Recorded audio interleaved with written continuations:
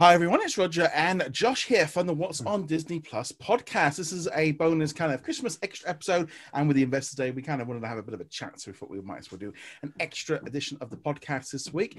So we're going to be talking about some of the stuff on the Investors Day. We'll be talking about some legacy content, some of our Christmas picks, and just having a bit of a chat about Disney Plus as a whole, including probably a little bit of discussion about Star.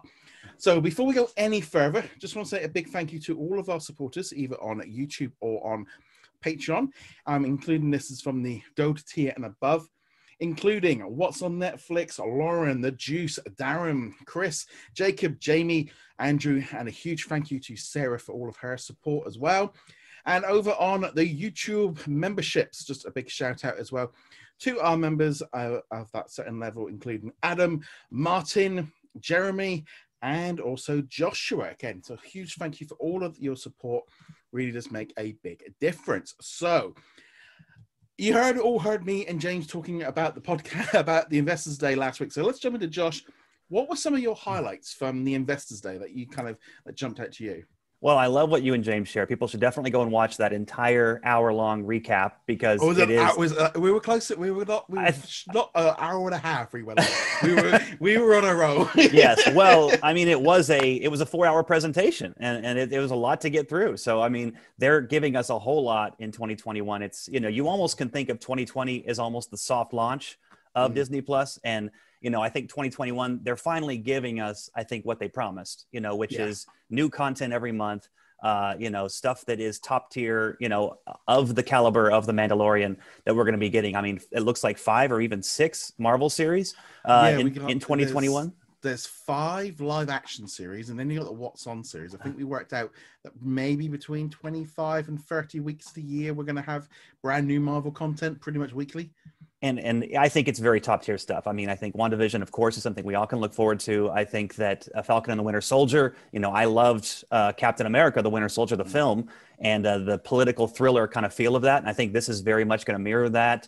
Loki as well. Everybody loves Tom Hiddleston and his portrayal of that character. So there's going to be 3 shows, for the first, in a sense, 6 months of the year. We're going to get new Marvel content every year. If you love the MCU, it's going to be a pretty great year. And then I would just say, and then I don't know. I think further out, I just don't know about the quality of those series. I feel like I know enough about those first 3 and even What If to know those are going to be pretty great. It looks like, they're all going to be at the Kevin Feige kind of level. I mean, he's calling the shots on these TV series too. So it should be, I think something that's really quality and something we can enjoy.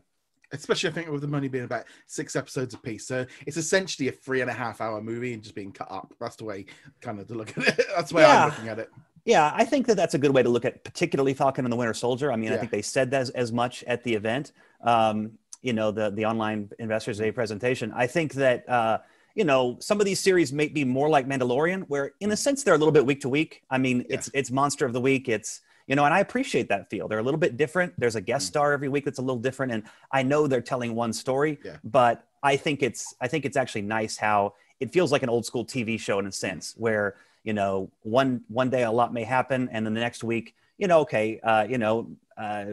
it's really different. And there's a monster, and there's Ahsoka shows up, and things like that. So, and I would say on the Star Wars front, that's something really exciting too. I mean, the fact that there's 10 new projects though is a little bit unwieldy. I think, so as a Star Wars fan myself, like I'm honestly looking at the ones that Dave Filoni is connected to. Obviously, he's co-executive producer on The Mandalorian. He created Clone Wars with George Lucas, and he created Rebels and other shows. And The Bad Batch is now his as well. So I think the ones that he's connected to particularly are the ones that I'm most excited about. So that's The Bad Batch, the animated show, and that's also the 2 spin-offs of The Mandalorian. So Ahsoka, which of course is a character that he created with Lucas, and then also Rangers of the New Republic, which, could be really interesting. And it sounds like with Mandalorian season 3 starting in Christmas of next year, that I think those 2 spinoff shows might actually be leading up to, so we're going to get some content, I think, in the fall from those 2 spinoff shows, and then they're going to culminate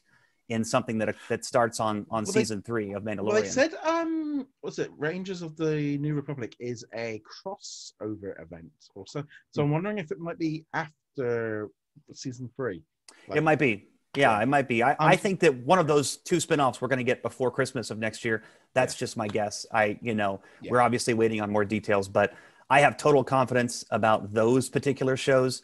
I don't as much. I want to know more about the rest of the projects because, because we saw the disaster in a sense that the sequel trilogy was. Maybe I know some people like that, and I happen to like Force Awakens as the first of them. I think it set up a lot of wonderful things, but I just don't think it really paid off in the other 2 films. Yeah, we won't go down that rabbit. Yeah, we won't go down that road. At any rate, you wanted to talk about library titles, though, and yeah, because obviously you are, Josh writes a number of articles on the website which are very popular, which is basically about the legacy content that's missing, or the best legacy content on Disney Plus. So we kind of wanted to talk, originally before we did when we booked this podcast session in, we wanted to talk about what legacy stuff was going to be announced at the event and what was kind of, they didn't read. I mean, we're going to Star, but for Disney Plus in the US, legacy content was not even so much on the radar. It was so far off the radar, it could have been on Peacock. Yeah, there was one very last line by Bob Iger at the very end where he said, "We're going to continue to increase the number of legacy titles or library titles," and that was it. There was not a single mention, and I think that missed that.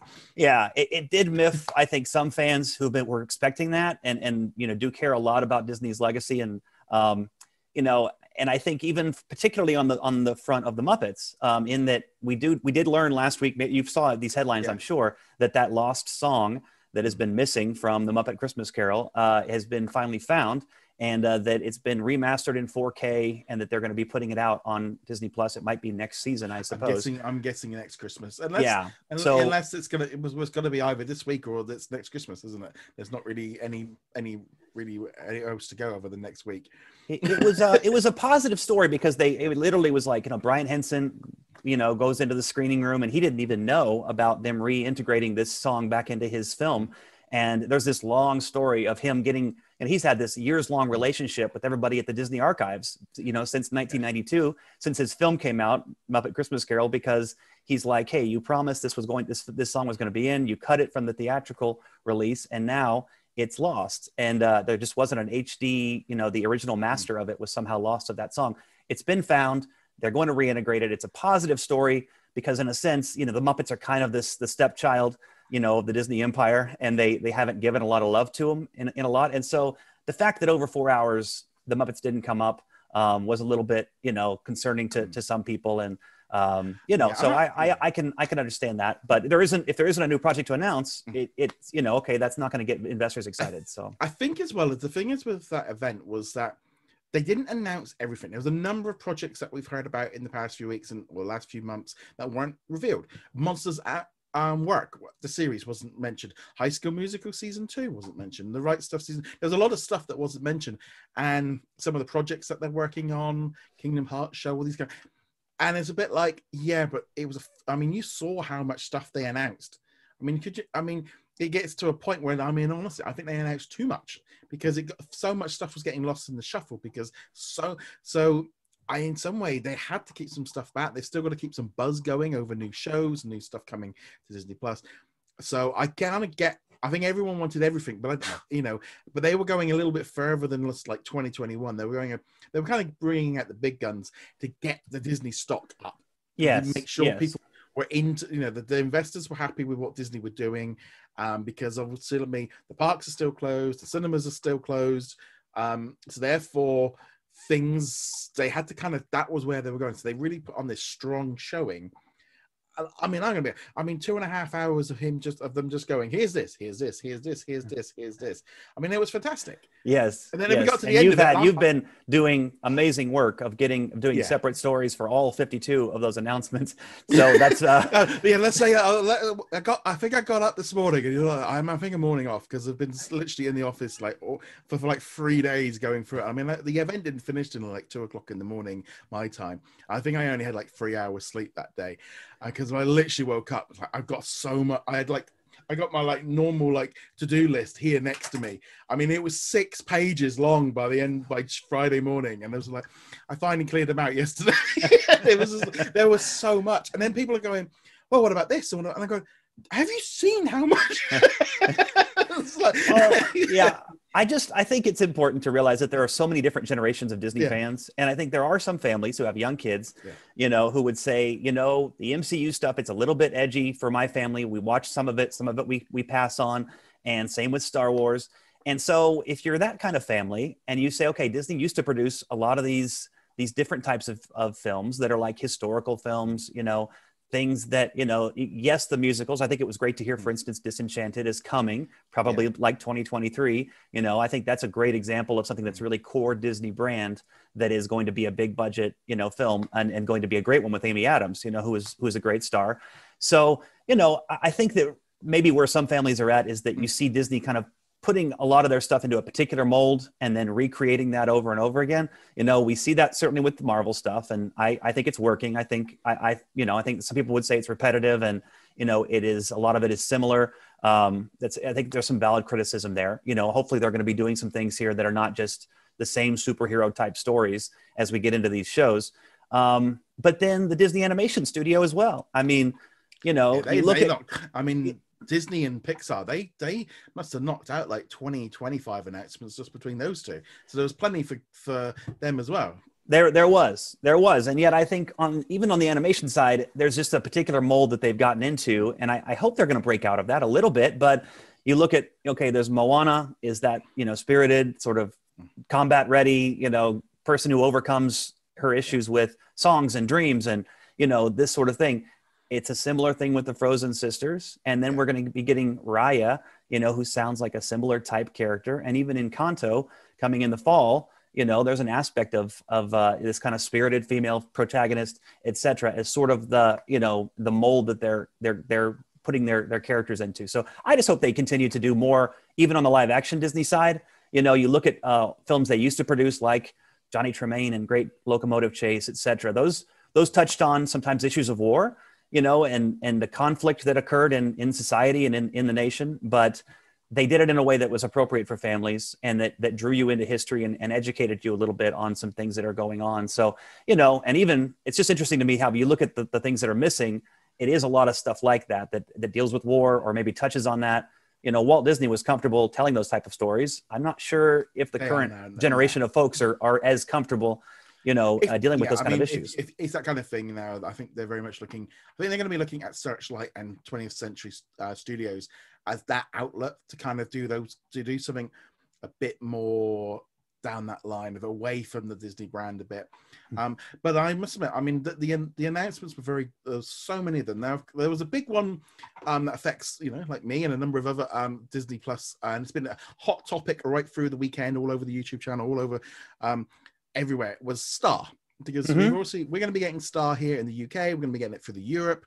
You're going to be getting Australia, New Zealand. You're going to be getting it in Singapore, Canada, and then it'll be rolling out through other countries as well. Latin America are getting Star Plus because of all the sports side of things. So really, it's kind of, there's a load of legacy content. I think they're planning on like 1,000 titles within the first year to come onto Star. From 20th Century Studios, Searchlight, ABC, FX, Freeform. And there was like 1,000 titles. I mean, you're literally talking about almost doubling the Disney Plus library here in the UK. I mean, it's significant.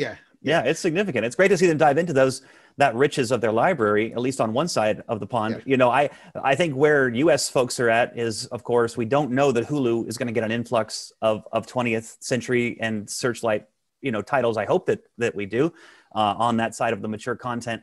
But I think it does create a little bit of confusion, frankly, for people. I think that it's, I think Star is going to be rolling out internationally. I'm, for instance, glad as a parent that they are talking about some parental controls and a PIN code, etc., for certain profiles. I was surprised they did it the way they did. I thought it was going to be a tiered service and you're going to have to pay that upgrade. The fact they're throwing it in and just literally raising the price by £2 a month is incredible.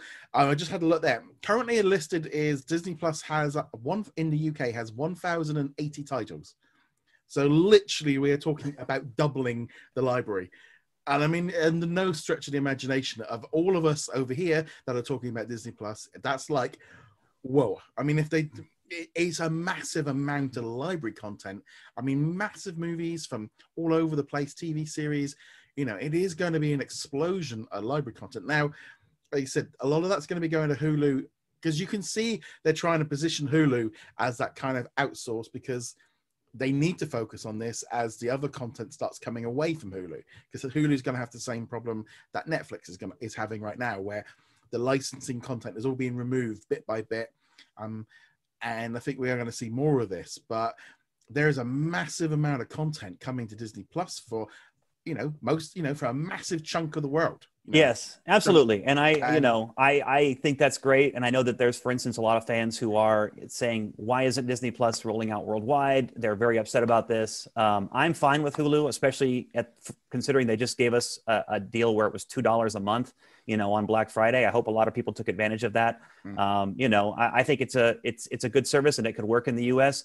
I think what is, concerning, again, from the legacy side of and how Disney defines its brand is, when you start to have a lot of R-rated and TVMA stuff on Disney Plus, and you're not, maybe you've treated it as a babysitter maybe for the last year for your kids, and suddenly that material is all there. I think it just does put the onus on parents to say, hey, you just be watching what your kids are watching, and be aware that there's going to be titles there that are very much not of the type that we've seen in the past on the Disney I like Plus the fact platform. that you've literally, if you kind of unlock this mature content, you have to literally basically accept a terms and conditions that you are willing to accept. If you fail to accept it, you don't get access to the 18 certificate movies and TV series.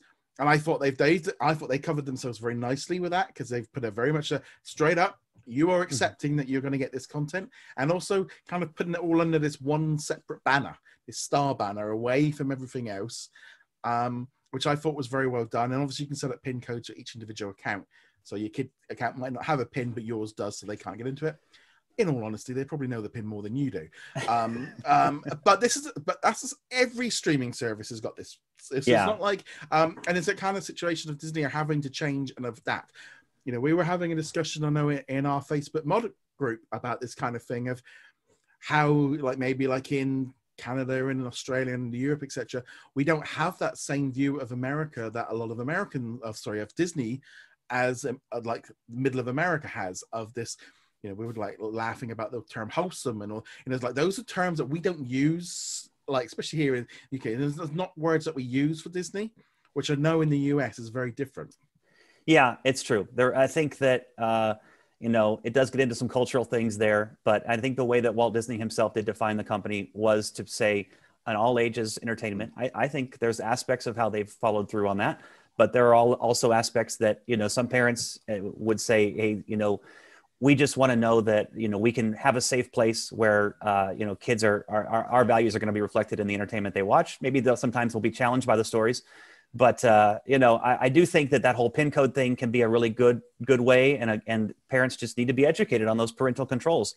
Honestly, Netflix actually has the industry standard of parental controls, where they actually allow you to go in and to your kid's profile and actually even stuff that might be, for instance, TV, PG, et cetera, of whatever rating, you can take off certain titles that you as a parent say, I don't want my kid to have access to that title. Well, I think so, because the thing is that these streaming services do self-rate their own content. Yeah.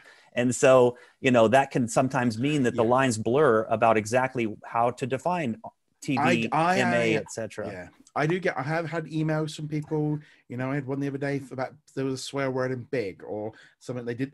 Pearl is one that definitely jumps up the spark short, and a few other things. And then you get other questions of going, well, why is Moana not available in the kids profile? Because it's a PG, so they don't let you watch it. Mm-hmm. So it's almost that kind of thing of maybe they haven't set their kids profile to be a kids section because they assume the entire thing is the kids section. And that's where Disney have got to educate people in the fact of, there is going to be thousands of shows and movies, and it's your responsibility to deal with it, not ours to kind of hold everything back. Because, Disney did get a lot of slack at this time.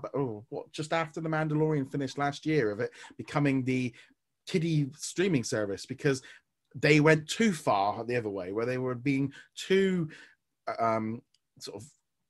they just got scared of putting anything on there, and it kind of the fact of blurring out Splash's butt, it was getting to the thing of going, well, you this is borderline of where you're going to go with this. Yeah, I agree with that. It's a very robust discussion, and I agree that it is parents and it's on them to let's have some discernment and understanding of these technology tools that do exist for our benefit as parents. So yeah, I was and just gonna say there was a comment today on one of the YouTube video of like going, I never thought I'd say American Horror Stories is coming to Disney Plus. Yeah, yeah, and honestly, like you look at it, for instance, they just have to be careful about how they're defining their brand. Like even when they did the rollout of all these different titles, and they mentioned the Kardashians, and there was then a picture of the Kardashians on the Disney Twitter profile, you know, that was like, oh, the Kardashians are coming to Disney, and it just a lot of people that's like, wow, that this isn't the Disney I grew up with. So I just think there's going to be some good and bad. It's a mix, and for parents, they're going to have to kind of help to have that discernment and set those boundaries within their own family for their kiddos. But I will say, in terms of even just the legacy content and closing out that discussion, even with Investors Day, etc. I hope we get another wave of announcements. I think you mentioned that January titles, we're going to be seeing some things. I'm hoping for some renewals of prop culture. Well, literally, like today, we've had After Ned. We're getting a load of new episodes of that dropping on New Year's Day. Oh, and then Dinosaurs is going to be coming at the end of January. Both of them, Brian Henson, that was on interviews with Colander. He's confirmed both of those. So there was like two ends. We've got a brand new Marvel show that's literally just been announced. Just I was literally typing that out just before we started recording. Wow. So they're starting. So we're going to start seeing this. I'm hoping with this library content. Personally, I like the 1 or 2 movies a month, a day. Sorry, not a month, a week. I quite like them spreading out the movies a little bit. Yeah. I kind of like that as well. Maybe like with the national, instead of loading up 5 National Geographic shows in 1 week and then nothing the rest of the month, do 1 a week. Yes. That's what I prefer. I hope that's what we get, honestly, because if we honestly get 52 films from the Disney library that are honestly Disney brand, stuff that we've been requesting. I mean, that's a list now of 650, I think almost 700 titles that we've been compiling.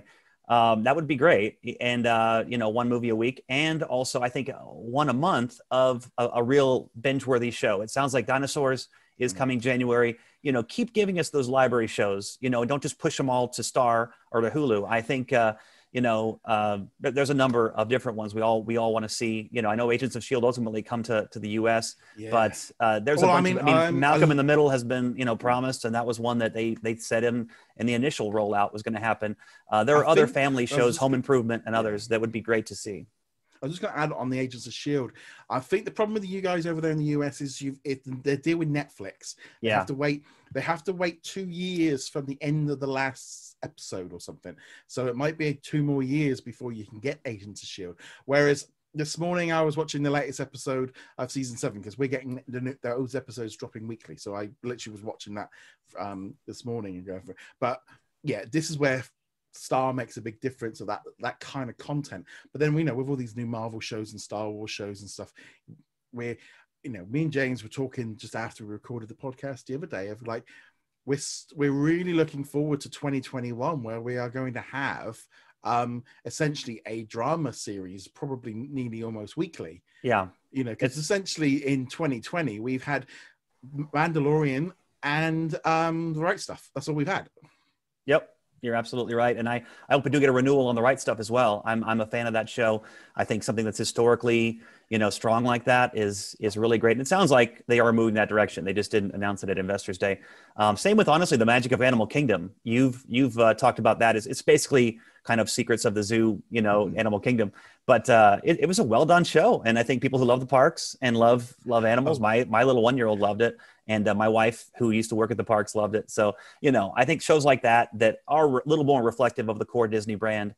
I hope that we continue to see an emphasis on that as well. Well, I'm sure we're going to see a lot more. I think the Animal Kingdom show, that'll probably be just set because, I mean, they own the zoo. It's they don't even have to pay, another zoo to do it. I mean, it was a lot better than Meet the Chimps. But, I mean, did you watch that one? Oh, I did not. No, I did not. No. There's a lot of National Geographic stuff I haven't seen, so they have dropped on there quite a lot on there. So so we wanted to I was gonna say you carry on. Move to Hulu. Yeah, I know. Yeah. I mean, we mentioned Disney. Now we're going to have to talk a lot more about Hulu in the future. And, in a sense, Disney gave us a huge amount of gifts to be looking forward to in 2021. And I think, I know people think of me as kind of the legacy title person and somebody who loves a lot of the, PG, stuff for the whole family. But there's a couple of things that are coming on Hulu that I'm really excited about. I think this story called The Dropout, I know you guys kind of skipped through that quickly, but so SNL, so Saturday Night Live, and Kate McKinnon, who's just really talented, she is going to be be as Elizabeth Holmes in that series. And it is a really fascinating story. The story of Theranos, which is a biotech company that was, that this is a, one of the biggest scams and frauds that's ever happened. I mean, investors put $700 million into this company. It was valued at like $6 or $8 billion. And, she's kind of the biggest scam artist, of the past 20 years to kind of have this sort of non-existent kind of, medical test that at the center of this show. So that's going to be a really fascinating, I think, drama for adults, for older audiences, something to be looking forward to, because that's the kind of show I enjoy. That's kind of a true crime kind of thing. And I do anticipate, go ahead. I was gonna say, I mean, me and my wife, we watched all these kind of shows as well. I'm very much in the kind of like, what's new? I like watching new stuff. I like watching, and we watch a load of shows that are on, and there's lots of bits and pieces that flow up from that we're interested in.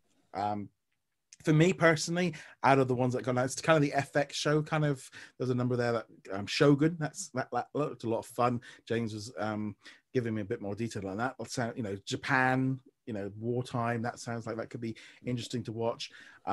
More so, there was one with Michael Keaton that's going to be about the opium drugs things and yes, about a drug company, and it's like that sounds like it could be really, really fun as well, or not so much fun, but interesting. And we are going to be ultimately covering much more content in 2021. Because essentially this stuff is on Disney Plus, so therefore it comes under the right, and it allows now us to and it's that situation for us where it's like, well, it's easier for me just to go right. We're going to cover it, but we'll just put that thing if Hulu/Star. You're going to be seeing a lot of that going on. But there's a load of shows that I'm really excited about. The Alien show. There was one. There's just a few kind of things that are like jumping out. It's like, okay, we're gonna be able to have some really much more meaningful. I mean, we watch a lot of the ABC shows, Good Doctor, 911, the Station 19, Grey's Anatomy. Those are ones that we watch all the time. We've been following them for years. So there is that kind of thing, and there's going to be so much more content coming through. And the Hulu originals are going to be a little bit different because some of them aren't going to necessarily come to Star because they've been licensed just for the US. I think there was a movie yesterday. I completely forgotten what the name of it, but there's a few things like The Handmaid's Tale as well. That's only going to be out in the US. It's not necessarily everywhere else. And this is kind of thing we're going to have to kind of get used to. I'm just trying to find the name of. It's not Shogun. That was while you're looking, I'll just mention. False Positive. I knew it was something like it was. Yeah, False Positive.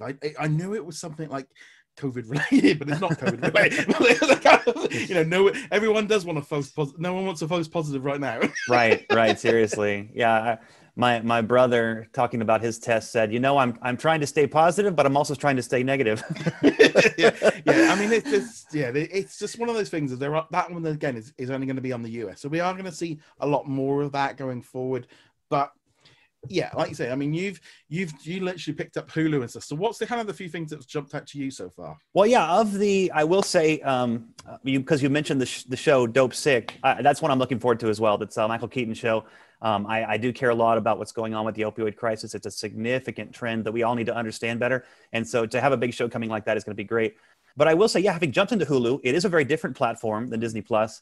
And it's interesting how even, for instance, the ratings of content are not kind of up and present as much as they are in Disney Plus. That may be something they're going to have to correct, as I think more families probably get Hulu because they're going to be hearing about all the Star content and wanting to maybe dive into it. So it's just interesting how the rating aspect is de-emphasized, and you kind of have to actually click on the show, and then it gives you the rating of what they have. So I suppose Netflix is a bit like that as well, isn't it? Yeah, well, no, you can. You can find it even in the little icons, Yeah. you know, in Netflix, but it's on Hulu. It's invisible. It's a little strange. Mm. But I have one show that just came out early November. Is the Hardy Boys, and that's a Hulu exclusive. I don't know if it's going to show up on Star. I hope that it does, because you know, as a kid, I grew up sort of reading these books. You know, they've been going since here in the U.S. since 1927. So there's a whole series of writers who've done these Hardy Boys mysteries. It's just a basic, you know, kind of fun kids mystery series. Teen brothers who, you know, solve mysteries, and you know, it's taken different feels over the years. Sometimes the kids are 17 and 18. Sometimes, I mean, actually, Walt Disney himself actually did a version of this for the Mickey Mouse Club back in the 50s, and the kids were more like 12 and 13. There was a show in the 70s then, and in the 80s that was even an animated show that they did where the two brothers were in a rock band, you know, so it's interesting. But this new Hulu show is really quite a great kind of a throwback series. Like it's a TV PG show, very, you know, just, you know, you mentioned the word wholesome, you know, that's actually one of the better ones to use for this show. It's just kind of a one big serialized miniseries. You might think it has some of the feel of Stranger Things in that, you know, it's kids on bikes and it's set in the 80s, and, you know, it has some of the sort of 80s feel to it, but it also feels a few decades before almost, you know, because it essentially they go into this small town in Maine where the two brothers, you know, are solving this great mystery, and it's connected to a loss that's occurred in their family. I don't want to give it all away, but it is this sort of drawn out, you know, mystery that occurs, you know, over the course of 10 episodes. Yeah, I was just trying to see who kind of was producing it, because it's I'll be honest, as a like WWE fan, I just do them as a tag team. So I was like, the Hardy Boys are going, oh yeah, not them. so there was an entirely different thing. I'm going, okay, and that's, again, you know, sometimes, you know, if you've got no reference to it, it can mean something completely different. But yeah, just as a general whole, it is interesting, that kind of content. And then they kind of look at it and go, well, if it's a nice family, you know, movie series about kids and all the rest of it, like, why wasn't it a Disney Plus? But then you don't know how early these series got put into production. Yeah, you know, who's, you know, is it NBC? Because there's a lot of the NBC ones that are shared, you know, and that's where you don't quite know what's going on with it. Exactly. We have to understand that Hulu is a co-owned service still, and so Comcast may have put up half the budget for this show, and so maybe it won't be going to Star overseas. But yeah, it's honestly strange, because it feels very much in the same way that Right Stuff feels like it's from a different service, you know, and you feel like this should have been on Netflix or, you know, on Hulu. You feel that way about Hardy Boys. Like, it should have been a Disney Plus show. It really much is a great show for, I would say, kids down to age 10, you know, maybe even younger, depending on what parents think. But it's a fun little mystery of them, you know, going to these various locations, meeting a group of friends, and kind of solving this, you know, through their detection and through, you know, just kind of their smarts and through the relationships that they build in that town. So it's a fun show. It has a few supernatural elements to it, you know, nothing that's too scary or too frightening. It's almost like, you know, Stranger Things without a lot of the horror, you might say, you know, because obviously Stranger Things, I think, gets deeper and deeper into some darker territory that this show doesn't really touch. This is a TV PG show. So if you're looking for something for kids, honestly, families who have access to Hulu, you know, maybe you took advantage of the $2 Black Friday offer, you know, like I did, or you know, you've had it now. The Hardy Boys is one to seek out. I think it's fun for families and young teens, and, you know, people who grew up with the book series. Surprisingly, it actually captures a lot of little details from the books that they integrate into this. It was produced, by the way, by Nelvana out of Canada. Yeah. So they produced it, and I think they're really using it as trying to expand their reach into, you know, new spaces with Disney and other companies. All shot in Canada. You know, totally a Canadian cast, and not a lot of people you would recognize. I think some people with minor roles. But I was quite impressed, and I think it captured the tone and the feel of the book series. So it's always nice from a you know, sort of legacy perspective when someone does that, and they update it. You know, there's definitely a lot of updates to what you'd expect. So I mean, I think we're going to see a lot more of this going forward with Hulu originals and stuff. Going to become much more ingrained as kind of Searchlight in 20th century. The whole HBO deal kind of, I think, really puts a real issue with regards to what they're doing there. And I mean, essentially, as it runs out the end of, what is it, either the end of 2022 or the beginning of 2022? No one really quite knows what the date is. Oh, right. But no, we know we've still got the issue for 2021, but I think that's, you know, we'll start seeing more of that content coming in. Hopefully they will be able to use a lot of that legacy stuff and put it onto Hulu. But let's now, obviously we've got Christmas coming up next week. What are kind of your sort of, we were saying, like, you know, our top 3 Christmas movies that you'd recommend to watch on Disney Plus? Now, I did joke that I can now put Die Hard 1, 2 on there on the list. Next year I can do it. Next year I can put it on there. That's right. That's right. It's a 20th Century Studios film, and you know, it is a great series. I think I have not watched it this year, but you know, my wife and I, certainly one we've watched in years past, and I think it is a great film. I'll start, and you can go to Die Hard if you want, but I would say Muppet Christmas Carol is such a great film. I hope that everybody gets a chance to watch it this season. There's a lot of reasons to appreciate it. I mean, this is a film from 1992. That's just 2 years after, you know, Jim Henson passed away, and his son Brian, you know, this was his first big film to do, and Frank Oz, you know, who's the performer who did, you know, Yoda and so many other core Muppet characters, Fozzie and Miss Piggy, etc. He came in and really mentored, you know, Brian Henson through this process. And it's just an amazing film that has Paul Williams songs. So who is the one who did the Rainbow Connection, you know, that people love of the Muppets. It's just a very sweet film. And people who even know Charles Dickens and love the original story are so impressed by how they adapted it, because they used, you know, Gonzo as actually Dickens on screen. And so you keep the narrative voice of Dickens throughout the entire story. And so it actually has more of the Dickens novel than pretty much any adaptation that's been done of this story. So it's funny because there's been quite a few. Jeremy was doing he did like a Scrooge battle of that one versus the Scrooge McDuck one. I went, well, what about the Christmas Carol with Jim Carrey? And he's like, well, that's awful. I'm like, yeah, but that, like, for me, and that makes it one of my 3 really, was that I really enjoyed the Jim Carrey version. I remember we went to see it in 3D at the cinema, and I really liked it. I mean, I love Jim Carrey movie stuff, or Jim Carrey anyway. And I must be honest, I watched the animated Grinch last night. It was on TV when I flicked over, and it's so rubbish compared to the live action version. But it was that kind of thing of like, yeah, for me, I really enjoyed the Christmas. It's probably not one I'd watch year in, year out, but I'm a bit like that with movies anyway.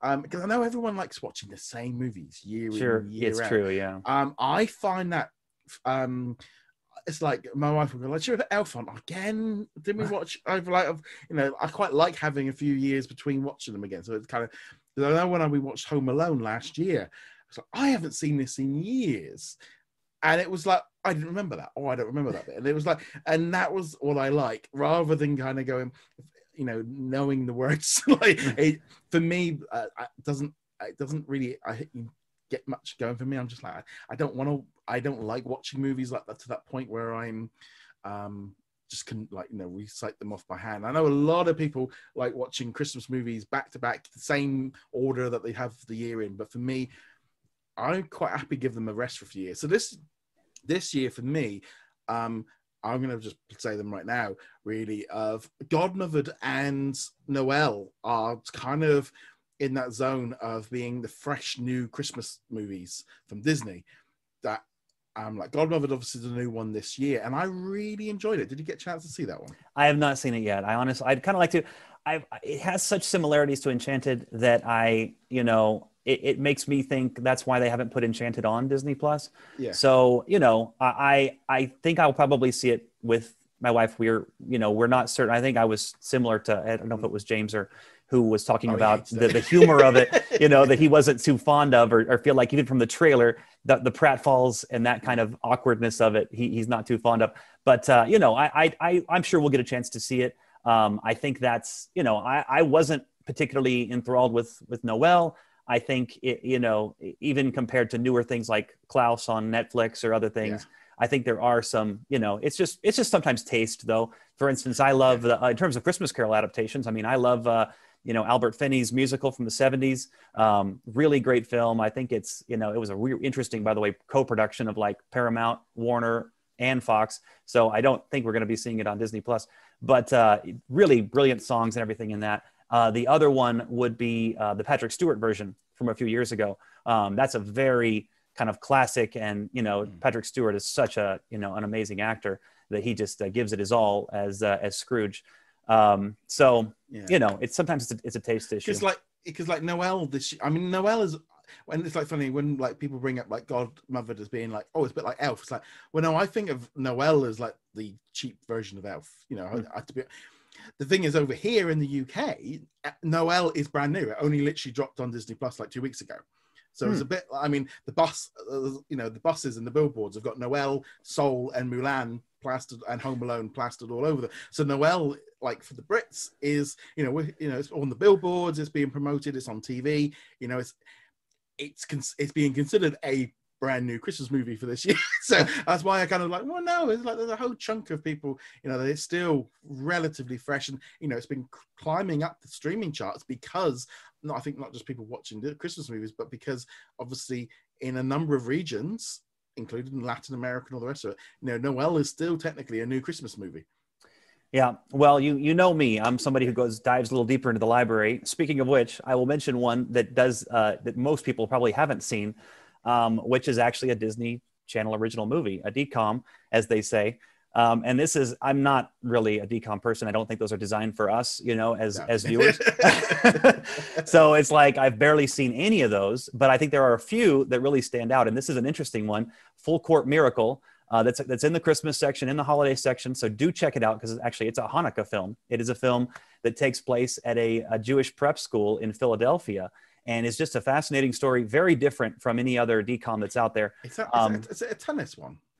It's basketball. Yeah, it's basketball. So it actually has essentially a former NBA star is the plot. This African American man, Richard Jones, is kind of a guy who's used to be a star, down on his luck now, and he encounters a kid in Philadelphia, Alex Lenz, who is the star, by the way, of Home Alone 3. So there's some connection points there with some other things in the Disney library. He is an aspiring basketball player as a kid in this prep school and grade school. And, they need a coach, though. They're desperate for a coach and to get better as a team. And so, of course, these two pair up. He gets the African-American man, Richard Jones, to be his kind of, mentor and join the team.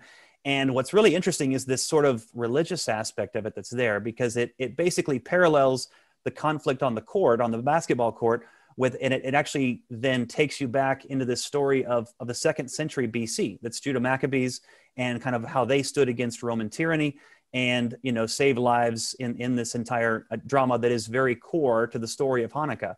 And so it's really a fascinating film. It's not something, that a lot of people probably have seen. I never even heard of it. Yeah. I mean, it is absolutely a deep cut for sure. So I think as well, generally a movie about an American sport tends to be hard over here anyway. Yeah. And also, I think I don't think Hanukkah and stuff is that kind of thing. I don't know if they even promoted it because how old is it?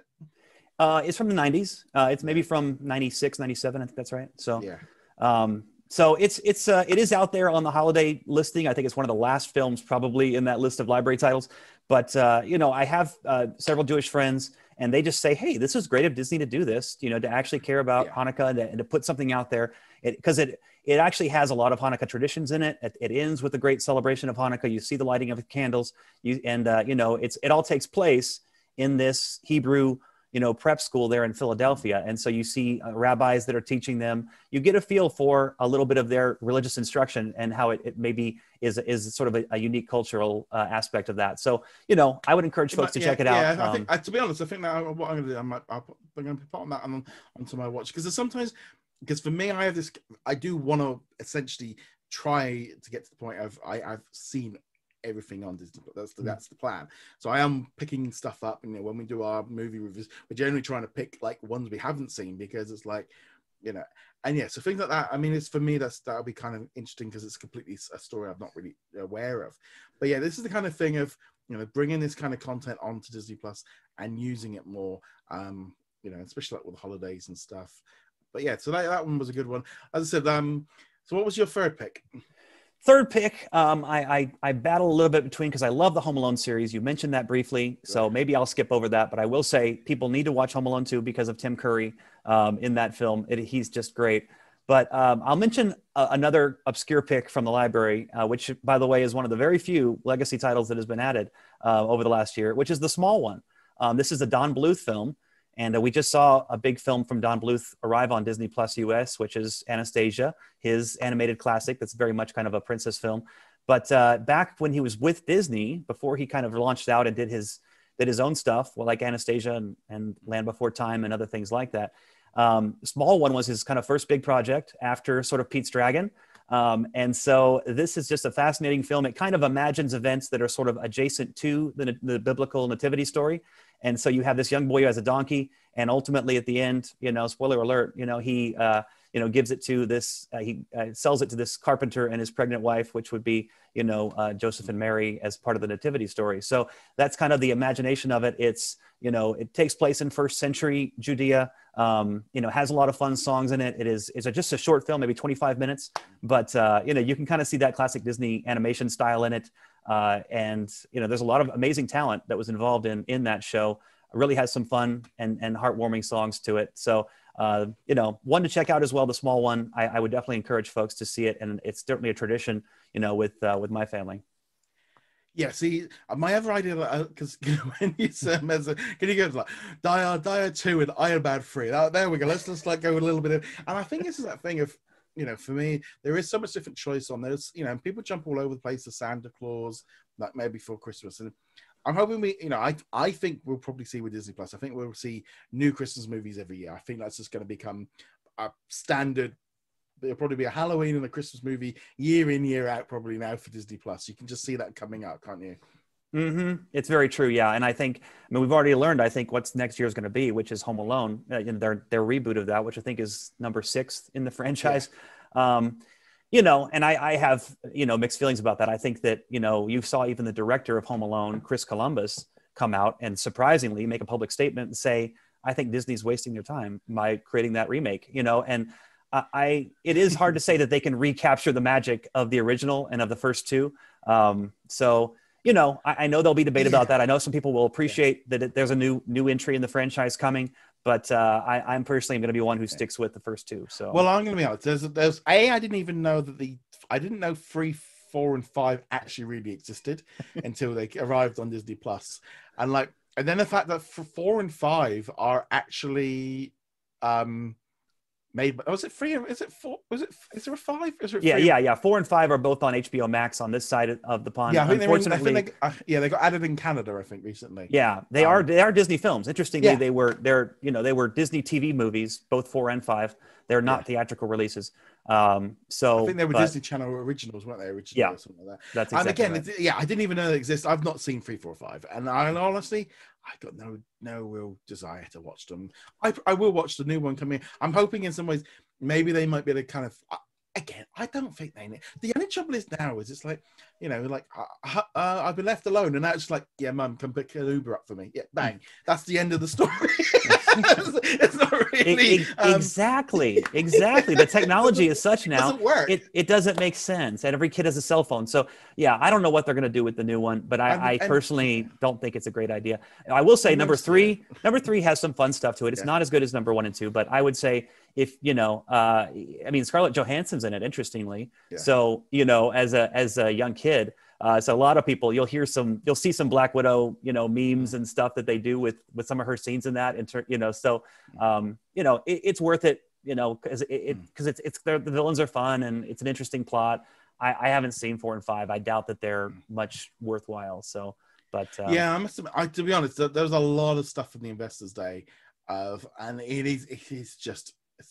The Facebook group's been all over it. Like 3 Men and a Baby and Night of the Museum and redoing Diary of a Wimpy Kid and Cheaper by the Dozen and Sister Act 3. And you're just like, hello, have you got, and the thing is, it's like, have you got anything original? Have you got anything new?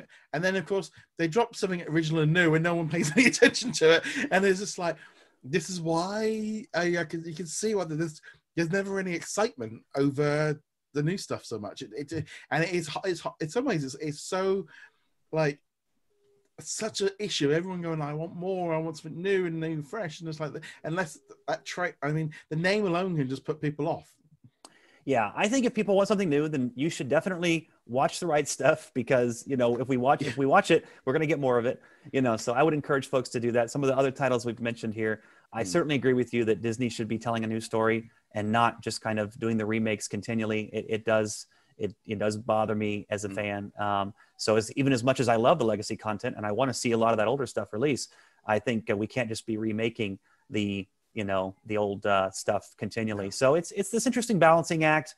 You know, I'm really glad. I was just gonna say, I'm really glad that sort of Pixar have kind of, even Walt Disney Animation seemed to have gone, right, we're going to do all the continuations on the series and we're going to start new fresh stuff.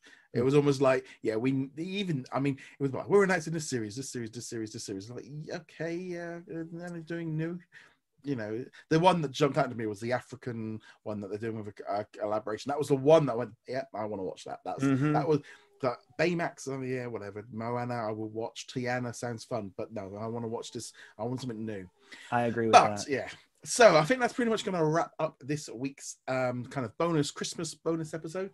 And again, just a huge thank you for Josh for joining me on this one. We wanted to have a bit of a chat about Disney Plus and bits and pieces, and also just a huge thank you to all of our supporters on Patreon and YouTube, etc., etc. Again, just, you know, couldn't do it without you guys. It really does make a big difference, especially with the podcasts and stuff, of supporting it all. So thank you very much. Me and James will be back this week, where we will be talking and kind of giving our thoughts on the Mandalorian season finale. We'll be talking about I'll be talking about On Point. I'll be talking about Soul. We'll be sharing our thoughts on Safety, all the stuff that we watched last week that we just didn't have time to talk about. So yeah, so there we go. Thanks so much, Roger. And I look forward to what you have to say about Soul. That's exciting. That's one I think people have got to tune into. That's a new one. Yeah. And I'll be tuning in Christmas Day for sure. And just before we go, where can they find you? Just on the internet? I'm on, certainly on the forums. You know, you can find me, Joshua Shep, but then also on Twitter as well, and Facebook. So happy to dialogue with the folks, and hopefully we'll continue to see, you know, more of that library legacy content come. I'll be watching for sure. Okay, on that note, guys, thank you very much for joining us. We'll be back soon. Later. Thanks, Roger.